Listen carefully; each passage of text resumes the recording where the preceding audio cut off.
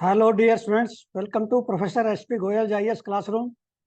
प्यारे विद्यार्थियों, बहुत सारे बच्चों ने रिक्वेस्ट की कि सर इंडिया ईयर बुक को रिव्यू कर दो, उसके एमसीक्यूज और मेन के क्वेश्चंस बना के, क्योंकि हमारे 10-15 दिन बच जाएंगे। बिल्कुल आपकी बात सही है, क्योंकि रोजाना मैं जब 2 घंटे बचा रहा हूँ करंट अफेयर में, न्यूज़पेपर में आपके, तो ये भी बचाऊंगा।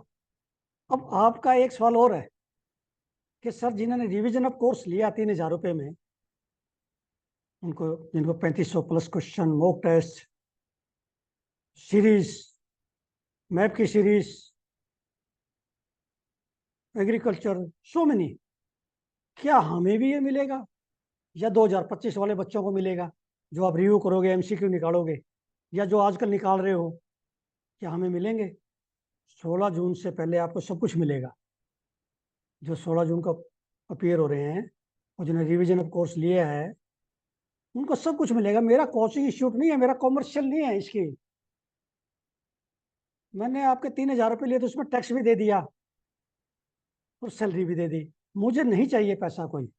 मैं आपके आखिर तक आपके साथ खड़ा हूं, मेन में भी हेल्प करूंगा, पैसे नहीं लूंगा।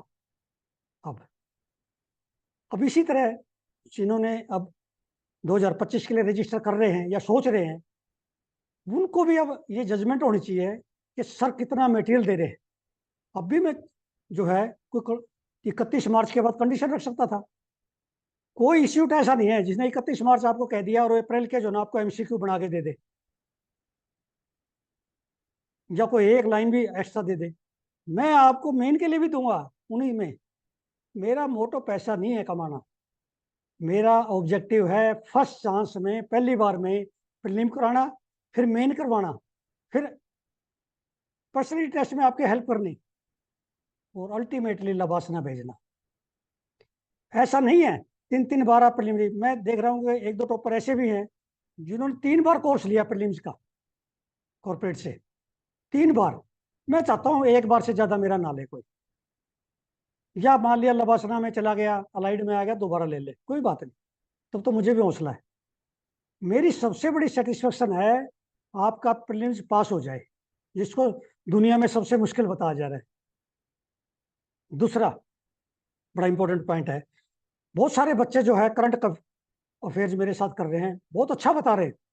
100% बच्चों ने यह बताया कि सर ऐसा करंट नहीं मिलना अफेयर्स का, कहीं नहीं है। कल भी बताया, रोजाना बता रहे हैं टेलीफोन कर करके या कमेंट। लेकिन मैं आपको एक सलाह देना चाहता हूं, जब आप कोई क्वेश्चन पढ़ते हैं उसका स्टैटिक जो है ना साथ ही तैयार करें। जैसे आज मैं दूंगा आपको एनजीटी का एक क्वेश्चन है, मान लिया एनजीटी का। एनजीटी का आप ये फिर पूरा को पढ़ लो। एनजीटी स्टैचुटरी बॉडी है 2010 के एक्ट में, जिसमें भी बनी है ये। देखो उसमें कौन से एक्ट में बनी है ये। फिर इसके जो है प्रिंसिपल ऑफ नेचुरल जस्टिस, कौन कौन से एक्ट आते हैं एनवायरमेंट के, इसके अंदर कौन से नहीं आते, और क्या इसकी लैंडमार्क जजमेंट रही है नियामगिरी हिल्स में, या जो है रेट माइनिंग मेघालय में, ओल रेट माइनिंग, रेट ओल माइनिंग था ना। इस तरह के जो है, जब एक चीज पकड़ तो साइड में प्रिंट निकाल के साइड में लिखते जाओ स्टैटिक। मेरे न्यूज़पेपर में मान लिया मैंने 4 स्टेटमेंट बना दी, हो 10 स्टेटमेंट बन जाए स्टैटिक से, वो मैं टेकअप नहीं कर पाऊंगा स्टैटिक साथ में, क्योंकि मेरे पास 10-12 घंटे है रोजाना। मैं आपका कितना काम आपके साथ कर रहा हूँ मिलके, वो स्टैटिक साथ कर लो। जैसे मैं आपको हर क्वेश्चन में बताता रहूंगा इसका स्टैटिक ये इस तरह निकालो। तो ये आपने ध्यान रखा, जब आपके क्वेश्चन जो है मेरे इससे 20-25 आएंगे, जब स्टैटिक भी साथ करोगे। नहीं तो 8-10 क्वेश्चन में आगे आप होगी 8-10 क्वेश्चन।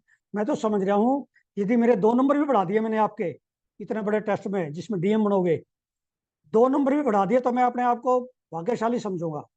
मेरी वजह से आपके 2 नंबर भी बढ़ते हैं, क्योंकि मैं समय नहीं लगा रहा आपका, समय आपका बचा रहा हूँ। 2 घंटे तो रोजाना न्यूज़पेपर में कल भी एक बच्चे ने बताया कि जी न्यूज़पेपर से डरते थे, डर खत्म कर दिया आपने।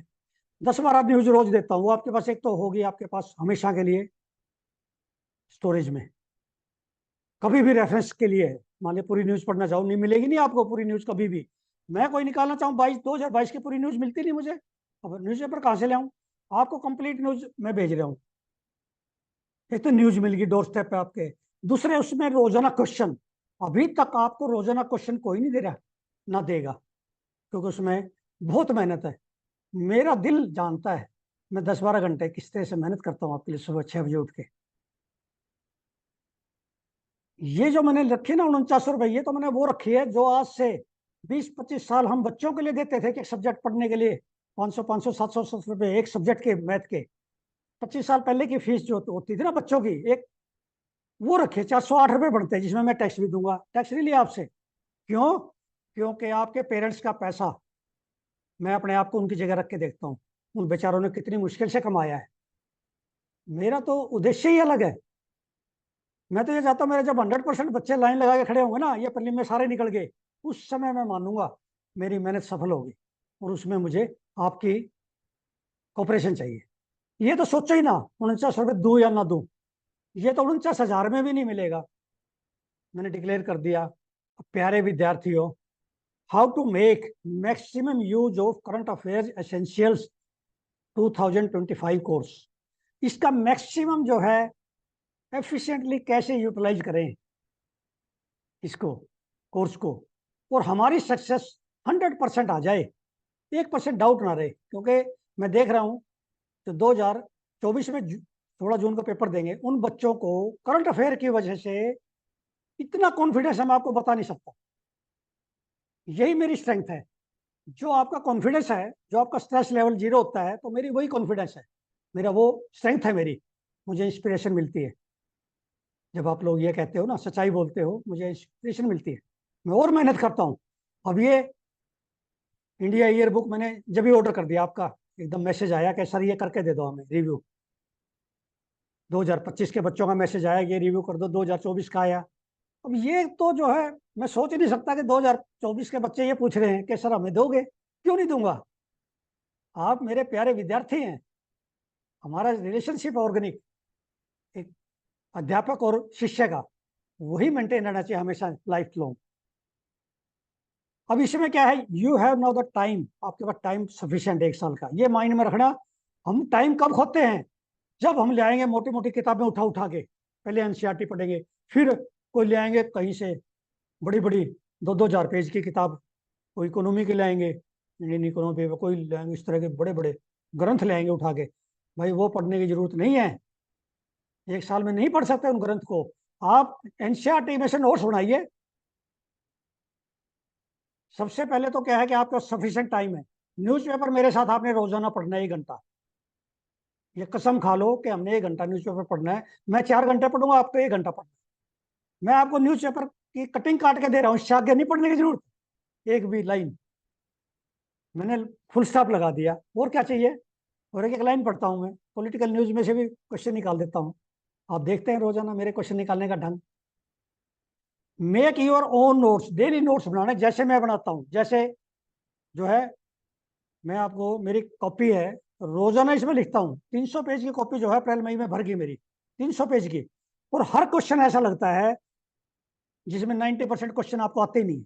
मुझे भी नहीं आते थे न्यूज़पेपर पढ़ने से पहले। ऐसी तो चाहिए यूपीएससी के क्वेश्चन बैंक में, यही क्वेश्चन है। तो इसलिए आपने नोट्स रोजाना बनाने, बिना नोट्स के मेरे साथ नहीं चल सकते। अटेम्प्ट एमसीक्यूज आई प्रोवाइड, रोजाना जो एमसीक्यू देता हूं मैं, कभी कम्युनिटी में डालता हूं, टेलीग्राम पे डालता हूं, यूट्यूब पे डालता हूं। आपको पीडीएफ भेजूंगा सबको, चाहे 24 के बच्चे हैं 25 के, मेरे लिए सब बराबर है। सारे एमसीक्यू अटेम्प्ट किया करो। मैंने जैसे भेजा वाइल्ड लाइफ का, 4-5 बच्चों ने अटेम्प्ट किया। क्यों? फ्री है इसलिए। If you cannot answer any MCQ, you must refer back to the news article to fully comprehend it. यदि कोई एमसीक्यू नहीं होता तो आज तो हमारे पास एमसीक्यू करते हैं हम इसके, उसको न्यूज पढ़ो दोबारा पूरी। जैसे आज मैंने सोशल जस्टिस में दिया टेस्ट एंड कंटेस्ट में, वो न्यूज यदि हम नहीं पढ़ते तो इसका मतलब हमारी जो है आईएएस की तैयारी बेकार है।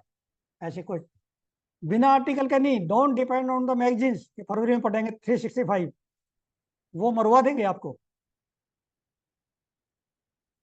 उसमें आप उसके साथ स्विमिंग जो है नहीं कर सकते, आप डूब जाओगे।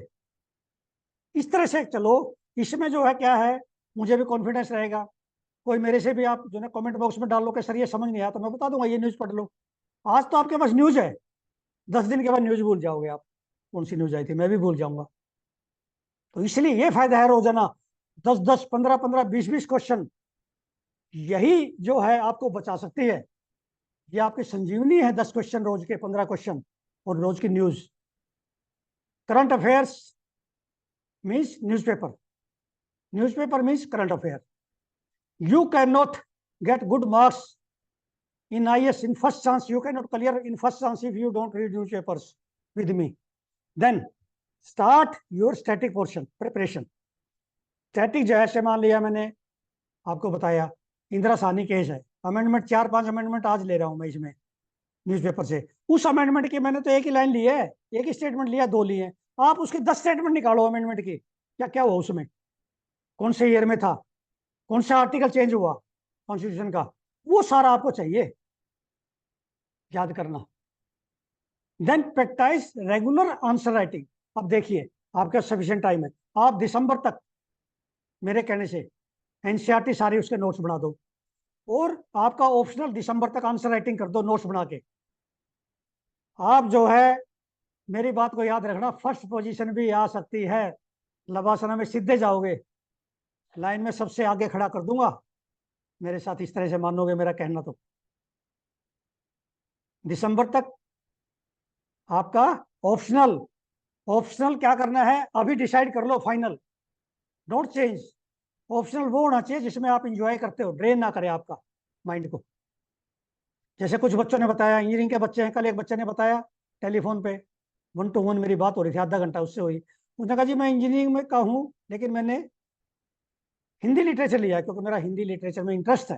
वेरी गुड, जो इंटरेस्ट है वही सब्जेक्ट लो। दूसरा, तीसरी बात यह है, तीसरी बात यह है कि पेरेंट्स को ये बताओ कि जरूरी नहीं है 2 लाख रुपए जमा कराने कोचिंग के लिए, जरूरी नहीं है उससे मेरी फोटो आगे आ जाएगी। ऑब्जेक्टिविटी से चलो, अपनी स्ट्रेंथ देखो, अपनी वीकनेस देखो, दूसरे को मत देखो। न्यूज़पेपर की वो देख लिया आपने कि इसके तो हर बार जो है टॉप कर रहे हैं सेंटर के, मैं भी टॉप कर जाऊंगा। No, not at all. आपकी स्ट्रेंथ आपको टॉप कराएगी, ना कि मेरी या किसी कोचिंग सेंटर की। मैंने आपको एक बात बताई, ये जो 4900 है ना, ये 49,000 में भी नहीं मिलेगा। और मैं रोजाना बताता हूँ आपको हर वीडियो में मैंने क्या क्या बेच चुका हूँ। अभी मेरे को 1 हफ्ता भी नहीं हुआ है कोर्स को लॉन्च के। 9 मई को मैंने टेक्नोलॉजी के 100 एमसीक्यूज, वो कंसेप्ट जो रोजाना न्यूज़पेपर में आते हैं, ये कॉम्प्लीमेंट्री है। ये तो मैंने बताया नहीं था आपको, मैंने तो आप 5,000 करंट के बताए हैं एमसीक्यूज, करंट से 5,000, लेकिन ये जो है उससे अलग है, टेक्नोलॉजी बेस्ड, टेक्नोलॉजी के एआई पे, चैट जीपीटी, सब जितने भी हैं, और बहुत बड़े एक्सपर्ट ने निकाले हैं। जो आईटी का बहुत बड़ा एक्सपर्ट है जिसको इसकी नॉलेज है यूपीएससी की, उन्होंने निकाले। फिर 10 मई को video and PDF on groundnut. हमें क्या है कि एनसीईआरटी में पढ़ते हो, ज्योग्राफी के टीचर ने लिखा हुआ, कोई बात नहीं, अच्छा लिखा हुआ, जो लिखा हुआ है ठीक करेक्ट है, लेकिन अब उन्होंने एफ्लाटॉक्सिन तो लिख दिया, साथ में ये नहीं लिखा कि मूंगफली की गिरी जो है कितने मॉइस्चर पर होनी चाहिए, 5% नीचे, और मूंगफली जो पोड है ग्रेन के साथ पोड, वो 8% से नीचे पे होनी चाहिए, तब अफ्लाटॉक्सिन एस्परजिलस फ्लेवस नहीं आती, अफ्लाटॉक्सिन सिक्रीट नहीं होता। स्टोरेज का मॉइस्चर नहीं लिखा उन्होंने। मैं वो चीज दूंगा आपको एग्रीकल्चर में जो कि एनसीईआरटी में नहीं है, और आपको जो है इतना मटेरियल दे दूंगा कि आपको हर वर्ड ऐसा लगेगा ये एग्जाम में आएगा। एक अक्षर फालतू नहीं पढ़ने दूंगा, मेरा टाइम वेस्ट नहीं करने दूंगा 1 सेकंड भी। अब ये देखिए, अब ये एक सीडीएस में एग्जाम में, यूपीएससी में अभी एक क्वेश्चन आया है, renowned classical singer Prabha Atre, who passed away recently, was an exponent of which one of the following घराना। अब ये जो है सारे न्यूज़पेपर में था, बहुत बड़ी न्यूज़ थी। अब देखेंगे इसको, ये किरण घराना की, ठीक है। अब हमें जो है इसके साथ स्टैटिक तैयार करो नितिन सिंघानिया से। किरण घराना की क्या विशेषताएं हैं, पटियाला घराना, ग्वालियर घराना, आगरा घराना, लखनऊ घराना, जो भी है घराना, उनमें कौन से हिंदुस्तानी का कौन सा है, कर्नाटक का कौन सा है, कौन से इंस्ट्रूमेंट हैं, ये फिर स्टैटिक का हो जाता है। ये मैं नहीं करा पाऊंगा, मैं हिंट देता रहूंगा, लेकिन आप इमीडिएटली निकालो, टाइम बहुत है हमारे पास, समय की कमी नहीं है, अप्रोच की कमी थी, स्ट्रेटजी की कमी है। अब ये जो है, जो बहुत बड़ी एक्सपोनेंट है किरण घराना की, प्रभा त्रे, एक तो ये इंस्ट्रूमेंट आपको पता होना चाहिए। जब आपने डायग्राम देख लिया पिक्चर देख ली तो इंस्ट्रूमेंट जो ना आप नहीं देखते, छोड़ देते हो। इससे ये पता चलेगा कि किरण घराना में कौन से इंस्ट्रूमेंट बजाए जाते हैं। और ये क्लासिकल सिंगर है, पद्म विभूषण, बहुत बड़ा जो है पुरस्कार है। तो ये जो है जनवरी 2024 को आया है पेपर में, और सीडीएस में आ गया उसके 3-4 महीने बाद। समझ गए? हर क्वेश्चन स्टैटिक और करंट का ये मान के चलो न्यूज़पेपर से आएगा। एक दो बच्चे ने मुझे बताया कि सर आपने हमें 3500 क्वेश्चन दिए, करीब 12,000 स्टेटमेंट दे दी, हमने उसकी कई हजार और बना दी। जैसे मान लिया सोशल जस्टिस पे है, तो मैंने दे दिया आर्टिकल 15, 5, 16। वो फिर क्या है कि उसका पूरा देखते हैं, साथ में लिख लेते हैं आर्टिकल 15 क्या है, आर्टिकल 16 क्या है फंडामेंटल राइट के, आर्टिकल 31A क्या है, बी क्या है, सी क्या है।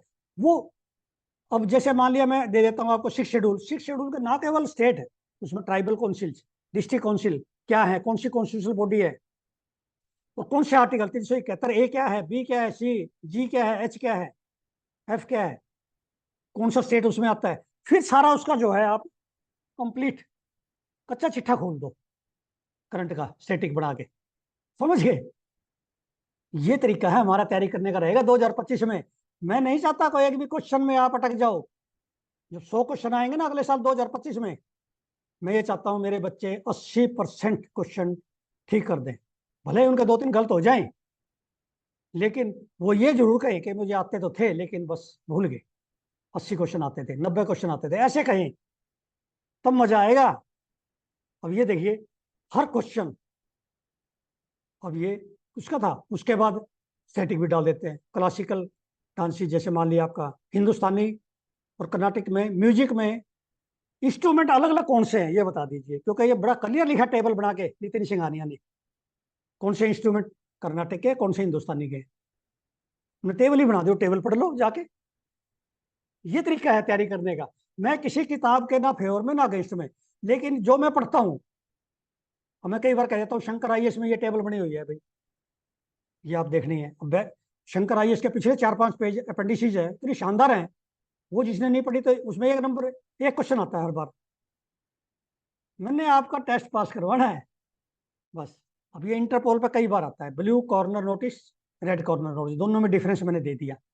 ये आपको पता होना चाहिए। हमारा सीबीआई जो अपेक्स एजेंसी है यहाँ की, जो इंटरपोल के साथ टाइप करती है, कितना इंपॉर्टेंट है ना। ये पूछते हैं वो, क्योंकि जब आप आईपीएस में जाओगे तो आपको पहले ही पता होना चाहिए ये चीजें, इसलिए पूछते हैं। अब ये इंटरपोल नोटिस पे मैंने कुछ स्लाइड बना दिया आपके लिए। Interpol notice are international request, request है, बाइंडिंग नहीं है किसी कंट्री पे, फॉर कोऑपरेशन और alerts allowing police in member countries to share critical crime related information. सभी कंट्री को फायदा इससे। The notices are published by the General Secretariat at the request of National Central Bureau and are made available to all our member countries. अब कितने type के हैं? Red, yellow, blue. मुझे तो दो ही पता है, रेड और ब्लू आ गए इसमें। बाकी ये जो नोटिस है ग्रीन, ये अब जब आ गया तो ये स्टैटिक में आ गया। ये स्टैटिक आपको पता होना चाहिए, एक लाइन के, सिर्फ एक लाइन, क्या डिफरेंस। दोनों के डिफरेंस तो मैंने निकाल दिया इसमें से, न्यूज में से। अब ये blue notice, to collect additional information, only information about a person identity, location or activities in relation to a criminal investigation. Criminal में इन्वेस्टिगेशन में है, ये ध्यान रखना। अब ये मैंने भी इसमें से क्वेश्चन निकाल दिया इस तरह का, 4 स्टेटमेंट ये निकाल दी, ठीक है ना। और रेड कॉर्नर नोटिस में इसमें क्या फर्क है? ये जो है वो तो इन्फॉर्मेशन के लिए था। Red corner notice is only issued against a person wanted for extradition. जैसे मालिया है, उसको हम यहाँ लाना चाहते हैं,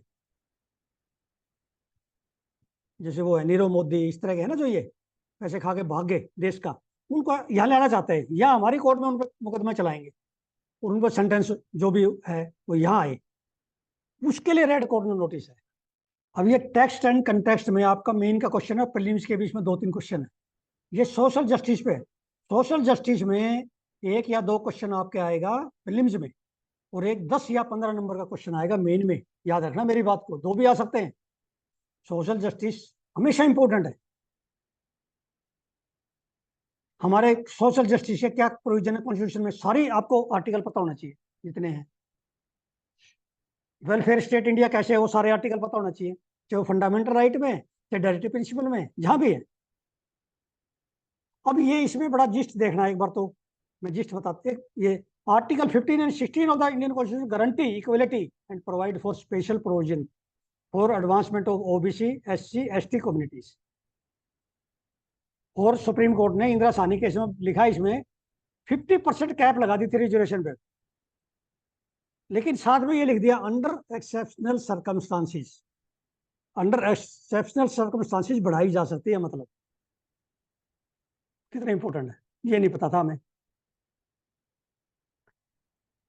तो इसमें देखिए 51 में ना अब ये लिखा है, enabling provisions in Article 15 and 16 to make special provision for advancement of OBC, ST, ST। ये फर्स्ट अमेंडमेंट में लिख दिया गया था। आप नहीं, अब क्या करना है, सेटिंग में जाके फर्स्ट अमेंडमेंट देखो, उसमें बहुत सारे हुए हैं। फर्स्ट अमेंडमेंट 9 शेड्यूल आया है, और क्या क्या आए हैं, वो सारा स्टैटिक देखो जाके लक्ष्मीकांत में। ये मेरा पढ़ाने का तरीका रहेगा पूरे साल आपके पास, ठीक है ना। अब इसमें क्या है कि मुस्लिम्स को क्या रिजर्वेशन मिलनी चाहिए रिलीजन बेस पे, ये इंपॉर्टेंट इश्यू है। ये 10 नंबर का आएगा या 15 नंबर का, क्या जो है रिलीजन बेस्ड रिजर्वेशन होनी चाहिए। अब इसके जो है, ये आपने जैसे इंदिरा साहनी केस मैंने डिस्कस किया इसमें 1992 का, ये आपको हमेशा पता होना चाहिए, मंडल कमीशन का, उसमें एक नहीं कई सारी स्टेटमेंट पता होनी चाहिए। फिर जनहित अभियान केस 2022, ये मैंने पहली बार सुने आज, इतना इंपॉर्टेंट है। जब ईडब्ल्यूएस रिजर्वेशन हुई थी, ये आपने चेक करना कौन से अमेंडमेंट में जाके, 103 है, 101 है, 102 है, क्या है, ठीक है। उसके बाद सुप्रीम कोर्ट में जो ना चैलेंज किया गया, उसका जुडिशियल रिव्यू, सुप्रीम कोर्ट ने 3-2 जजमेंट से ये बताया कि ईडब्ल्यूएस रिजर्वेशन की कॉन्स्टिट्यूशनल वैलिडिटी है, ये रहेगी। It had that economic criteria could be A basis for reservation. पहले जो ना सुप्रीम कोर्ट ने इंदिरा साहनी केस में ये कहा था कि इकोनॉमिक क्राइटेरिया ही जो है बेस नहीं है, सोशल बैकवर्डनेस भी चाहिए, कास्ट फैक्टर इज इंपॉर्टेंट। अब इसमें कास्ट था ही नहीं, हर कास्ट का कर दिया 2022 में। 2022 का आपने जनहित अभियान केस मैंने पहली बार सुना है, मैं इतने सालों से 42 साल से अखबार पढ़ रहा हूँ, 2022 में 2 साल हो गए इसको भी, अभी तक पढ़ा ही नहीं था। ये पता था मुझे कि वैलिडिटी होगी सुप्रीम, लेकिन केस का नहीं पता था। तो इस तरह से आप इसको आर्टिकल को पढ़ो, आज आपका सफिशिएंट टाइम है। और ये जो टेबल दिए ना, देखिए 103rd कॉन्स्टिट्यूशनल अमेंडमेंट जो मैं बता रहा था आपको, ये 103rd है ये ईडब्ल्यूएस का। ईडब्ल्यूएस में कौन से आर्टिकल चेंज हुए, कौन सा आर्टिकल इंसर्ट हुआ, ये आपको पता होना चाहिए। 103वां जो है संशोधन है संविधान का, उसमें आर्टिकल 15(6) और 16(6), उसमें 10% रिजर्वेशन मिली है ईडब्ल्यूएस को। क्या इस तरह से पढ़ोगे आप, तभी आप पास कर पाओगे आईएएस को। उसके बाद देखिए 93rd अमेंडमेंट दे दिया इन्होंने। 93rd अमेंडमेंट में जो ना इंसर्ट किया इन्होंने आर्टिकल 15(5), जिसमें ओबीसी एससी एसटी उनको एम्प्लॉयमेंट में नहीं, एजुकेशनल इंस्टीट्यूशन में ये फर्क आ गया। आप 93rd को पूरा पढ़ना, एम्प्लॉयमेंट का अलग मिलेगा आपको, जैसे मंडल कमीशन का है, एम्प्लॉयमेंट का अलग है, एजुकेशन का बाद में हुआ है। ये एजुकेशन वाला हुआ है 2005 में। मंडल कमीशन में क्या था, ओबीसी ये थी जॉब में रिजर्वेशन, जहां तक मुझे समझ आया, मुझे करेक्ट कर देना जहां पे भी मैं गलत हूं। और 2005 में जो एजुकेशन इंस्टीट्यूशन जो इंक्लूडिंग प्राइवेट, अब ये पूछ लेंगे आपसे प्रीलिम में, क्या प्राइवेट इंस्टीट्यूशन इसमें अलाउड है। आपने ध्यान से, आपने यहां तक पढ़ लिया 93rd अमेंडमेंट इसके लिए 15(5) आर्टिकल इंसर्ट हुई। उसके बाद ये नहीं पढ़ा कि education institution including private institutions, ये क्रिटिकल पॉइंट। अब ये मैंने जो ना इसमें स्टेटमेंट निकाली, देखिए इंदिरा साहनी केस 19 क्या कहता है, Supreme Court held that caste is determinant of class. Caste जो है डिटरमाइन करेगी क्लास को। Backwardness can not be determine solely on economic criteria, जबकि बाद में चेंज हो गया। Supreme Court excluded creamy layer from OBC with an economic income limit currently 8 lakh की कर दिया। ये संविधान में नहीं है, ये जो है सरकार ने किए, 8 लाख बढ़ा दिया। ठीक है। इन जनहित अभियान के supreme court had constitutional validity of EWS reservation. इसका मतलब इसमें कौन सा अमेंडमेंट एक्ट था ये ईडब्ल्यूएस का, वो उसको वैलिडेट कर दिया सुप्रीम कोर्ट ने। फिर मैंने ये वो निकाल दिया इसमें से बहुत 8 स्टेटमेंट देखिए, आप इसमें 12-13 निकाल सकते हैं। Constitutional assembly was against reservation solely based on reason. ये आपका एसए में काम आएगा या जीएस पेपर 1 to 3 में, मेन में ये हवाला दे सकते हो आपको जब रिलीजन का लिखोगे ना आप। Rohini commission was set up to provide recommendations on sub categorisation on amongst OBC की सब करनी है। ये अभी तक रिपोर्ट नहीं आई है रोहिणी कमीशन की। ये अब आपने स्टैटिक में जाके देखना है रोहिणी कमीशन किसने अपॉइंट किया, इन्हें रिकमेंडेशन देनी है। It is not final authority. ये तो केस जाएगा फिर जो आपका पार्लियामेंट में। Then some categorization of OBC has been implemented in 11 different states. क्या डिफरेंट स्टेट सब कैटेगराइजेशन कर सकते हैं या गवर्नमेंट ऑफ इंडिया करेगी या पार्लियामेंट करेगी? क्या असेंबली भी कर सकती है? 11 स्टेट्स में तो ये जो है इंप्लीमेंट हो गया, बट सेंट्रल लेवल पर नहीं हुआ ओबीसी का ये सब कैटेगराइजेशन, इसलिए रोहिणी कमीशन बैठा है। There is no exclusion based on creamy layer for SC and ST. ये तो आपको पता है, लेकिन कई बार एग्जाम में गलती लग जाती है कि क्रीमी लेयर क्या पता हटा दिया हो। नो, एससी में तो आपका जो है चाहे आईएएस हो चाहे एससी जो को मिनिस्टर है उसके बच्चों को भी रिजर्वेशन होगी, ये क्लियर है। अब ये एक और मैंने तो 12 स्टेटमेंट बना दी। मैंने 12 स्टेटमेंट एक आर्टिकल में से निकाल दी, एक से एक बढ़ के, जो हमें बहुत सारी नहीं आती। अब केजी बालाकृष्ण कमीशन पूछ लेंगे आपसे, किसके लिए गवर्नमेंट ने बनाया था, कॉन्स्टिट्यूट किया था? To study question of extending SC reservation, not OBC, SC to Dalits who have converted to religions other than Sikhism and Buddhism. Sikhism और बुद्धिज्म छोड़कर दूसरों में रिलीजन में गए हैं ना, उसके लिए जो ना ये बनाया गया है। Do you know that? No, ये हम इतने ध्यान से पढ़ते ही नहीं है। अभी 93rd कॉन्स्टिट्यूशनल अमेंडमेंट और 103 तो आपने आज अच्छी तरह इसके नोट्स बना लो। इंदिरा साहनी केस, इसे अच्छे नोट्स बना लो, पूरा बना लो, ताकि वो उसके बाद देखना ना पड़े किताब कभी भी जिंदगी में। ऐसे नोट्स बना दो। 93rd constitutional amendment inserted article 15(5). ये 15(5) जाके पढ़ना है आपने जाके वहां फंडामेंटल राइट में।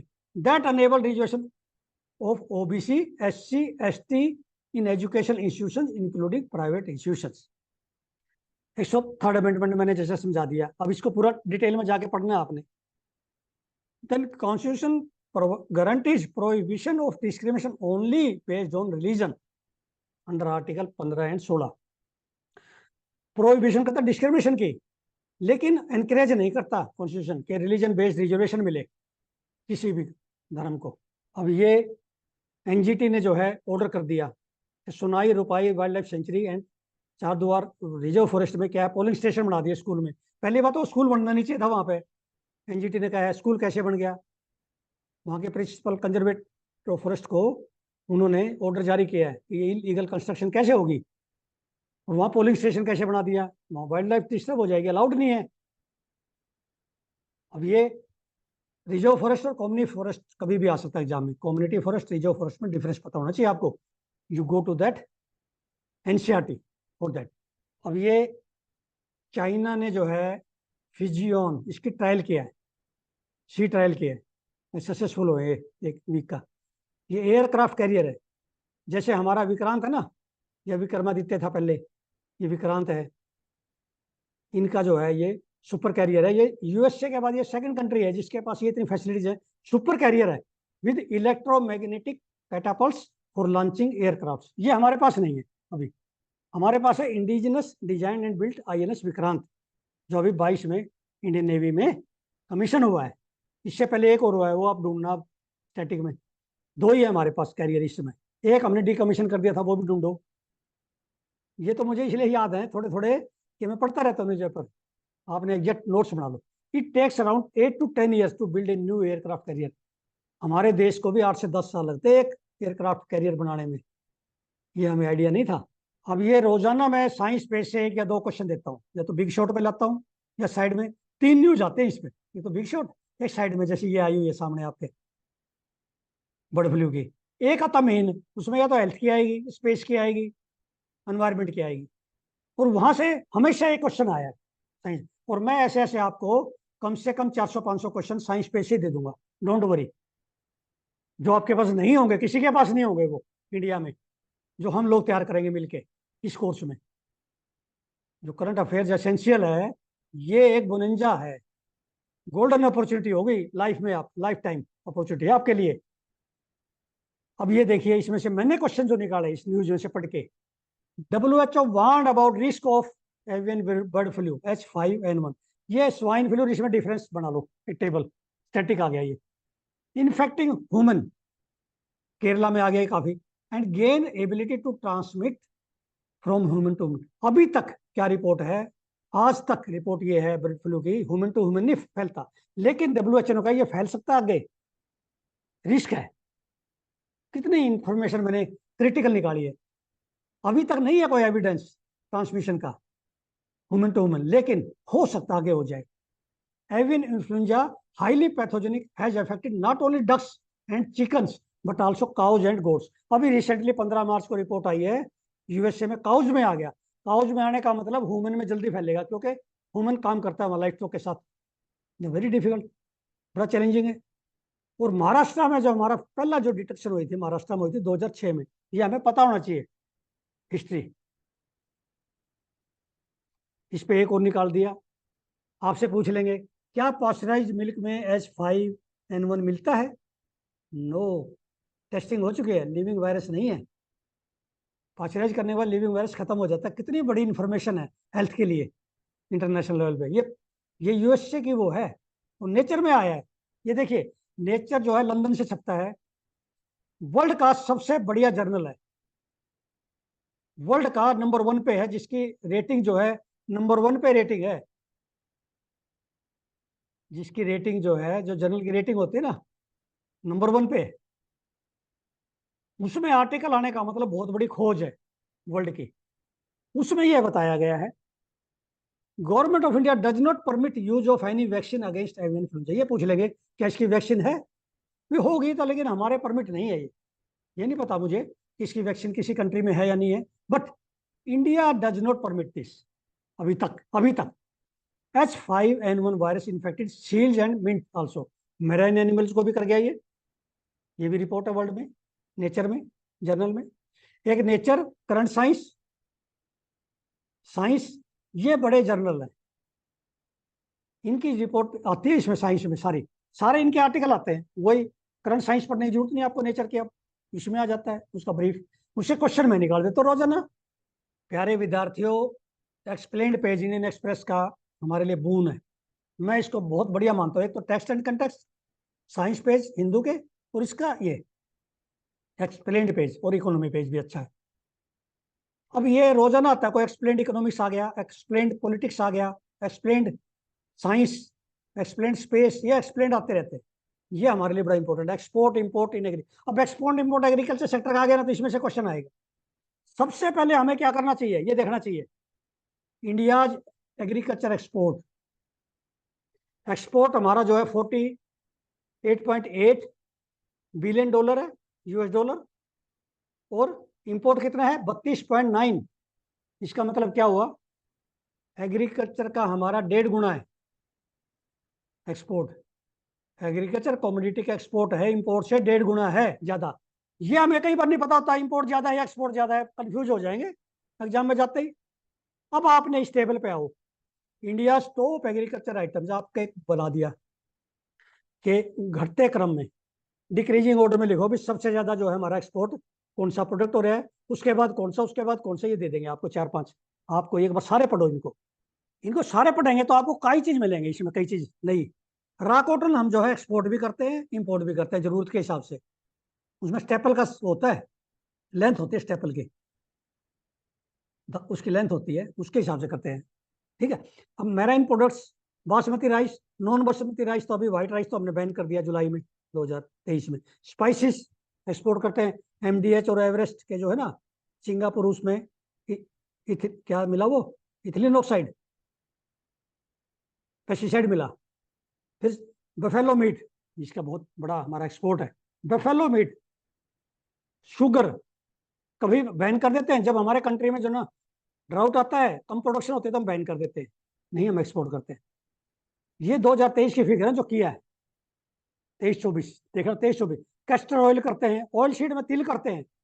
मुझे याद है जब मैं तिल पढ़ा रहा था ना, उसमें लिखा हुआ था कि हम तिल को एक्सपोर्ट करते हैं, कई ऑयल सीड। कैस्टर ऑयल करते हैं, ठीक है ना, टोबैको करते हैं, ऑयल मिल्स करते हैं, ऑयल के जो निकलते हैं ना केक, उसको करते हैं, फ्रूट वेजिटेबल करते हैं, मंगवाते भी हैं, एक्सपोर्ट भी करते हैं, इंपोर्ट भी। फिर इंपोर्ट पे आ जाइए, सबसे ऊपर एडिबल ऑयल, जिसमें हम अबाउट 15,000 मिलियन US डॉलर, कितना, 15,000 मिलियन US डॉलर के करीब हम, सबसे बड़ा इंपोर्ट हमारा ये है। देखो बाकी तो और फिगर में, ये 5 फिगर में, डॉलर में कितना इंपोर्ट। फ्रेश फ्रूट भी हमारे यहाँ इंपोर्टेड फ्रूट आता है, आप सभी को पता है। पल्सीज हम बहुत बड़ा इंपोर्ट करने लग गए, करीब 3700 मिलियन डॉलर का। देन स्पाइसिस भी करते हैं, एक्सपोर्ट भी करते हैं, इंपोर्ट भी, रॉ कॉटन भी, दोनों करते हैं। नेचुरल रबड़ हम इंपोर्ट करते हैं, एक्सपोर्ट नहीं करते, ध्यान रखना, क्योंकि रबड़ की हमारी खपत बहुत ज्यादा ट्रांसपोर्ट में, ठीक है। ऐसे ही क्वेश्चन निकालने, ये क्वेश्चन मैंने निकाल दिए आपके लिए, ये सारे वही है जो मैंने बोला है। अब क्वेश्चन नंबर 10 देखिए, इसी में एक्सप्लेन पेज का। Wheat export from India were stopped since 2022। ये आपको पता होना चाहिए, हमारा क्या पोजीशन है आज के दिन, शुगर बैन है या नहीं है, व्हीट का एक्सपोर्ट बैन है, ठीक है ना। और हमारा जो है, जो राइस है, राइस में कौन सा बैन है कौन सा नहीं है, ये आपको पता होना चाहिए। अब इंडिया इज इम्पोर्टिंग, ये मैंने बताया, ये इंपोर्ट कर रहा है। India wants crop diversification from rice, wheat, sugarcane. सबसे ज्यादा पानी जो है वाटर रिक्वायरिंग क्रॉप है शुगर केन, क्योंकि ये हमारे यहाँ नॉर्थ इंडिया में 12 महीने की क्रॉप है, साउथ इंडिया में 8 साल है, 18 महीने की। सबसे ज्यादा पानी लेते हैं टोटल एक क्रॉप सीजन में। राइस है, उसके बाद फिर व्हीट है। ये राइस हमारी जो है, ये फर्टिलिटी भी जो है, न्यूट्रिएंट भी सबसे ज्यादा निकालते हैं जमीन में से।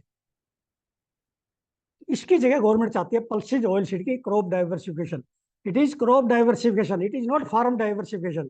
Farm diversification is crop plus livestock plus poultry और हनी बी और मशरूम, वो सारे, ये फिशरी, क्रॉप के साथ enterprises, crop based subsidiary enterprises, उसको कहते हैं diversification in farming system, integrated farming system. ये क्रॉप डाइवर्सिफिकेशन, एक क्रॉप से दूसरी में बदलना, सिर्फ क्रॉप, एंटरप्राइज नहीं।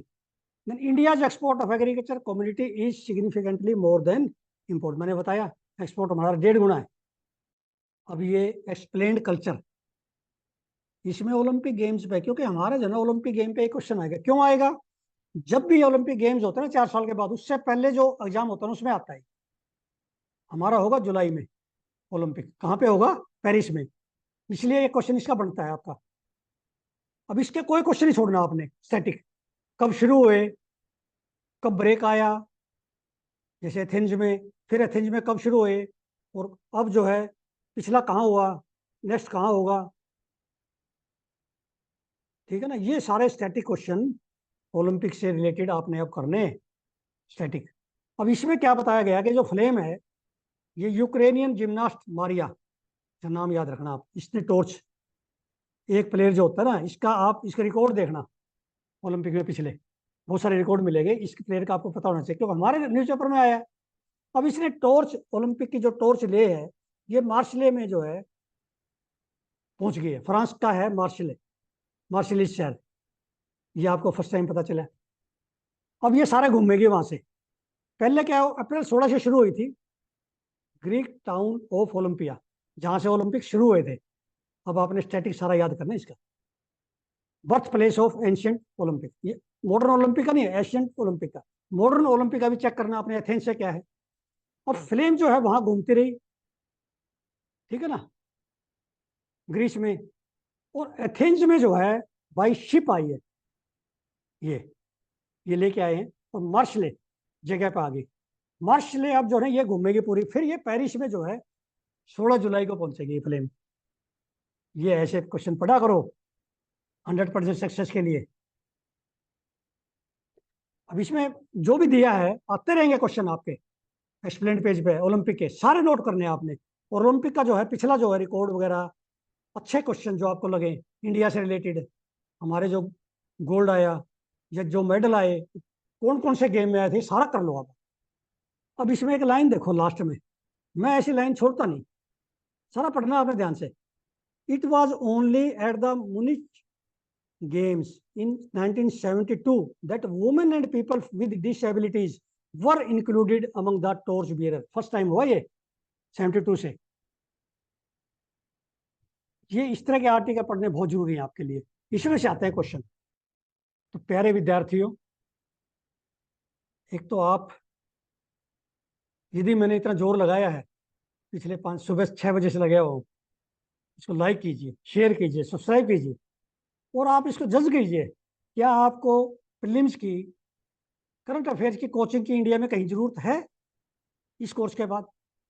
क्योंकि मेहनत आपकी है, मैं आपके साथ कर रहा हूँ 12-13 घंटे, मैं बताता रहूंगा इसमें ये स्टैटिक कर लो, ये करंट है, ये स्टैटिक है, ये करंट है। कितने मैं आपको मॉक टेस्ट दूंगा, फिर भी जो है, मतलब आप ये सोचते हैं कि सिर्फ एडमिशन लेने से, 2 लाख रुपए जमा कराने से मैं प्रीलिम्स मेन और उसमें जो है मेरा फोटो आ जाएगा फर्स्ट नंबर पे, वो आपकी खुद की जजमेंट है, क्योंकि आपने डीएम बनना है। मैं उस पर कोई कमेंट नहीं करना चाहता। मैं तो आपकी हेल्प करने के लिए आया हूँ, और वो चीज़ें दूंगा आपको पूरे साल में जो मुझे इनोवेटिव चीज़ें याद आती है। मुझे ऐसा लगता है जैसे योजना का मैं कल कर रहा था, योजना जो है अप्रैल की, उसमें एनवायरमेंट पे है, उसका मैंने सारे एमसीक्यू बना दिए और एक मेन का क्वेश्चन बना दिया। मेन का वो क्वेश्चन जो कहीं नहीं है किसी किताब में एनवायरमेंट का, वो क्वेश्चन बना दिया, वो आपको वीडियो में दिखाऊंगा। वो इनोवेटिव चीज जब आएंगे जब आप मेहनत करोगे। आपका समय रोजाना 2-3 घंटे बचाना मेरे लिए बहुत बड़ा जो है काम है। वो समय आप जो है ना ऑप्शन में लगाओ, स्टैटिक में लगाओ, और कोई वजह नहीं है 1% भी जो कि आपका अच्छे नंबर ना आए, चाहे वो प्रीलिम्स है, मेन है, personality test. Thank you very much.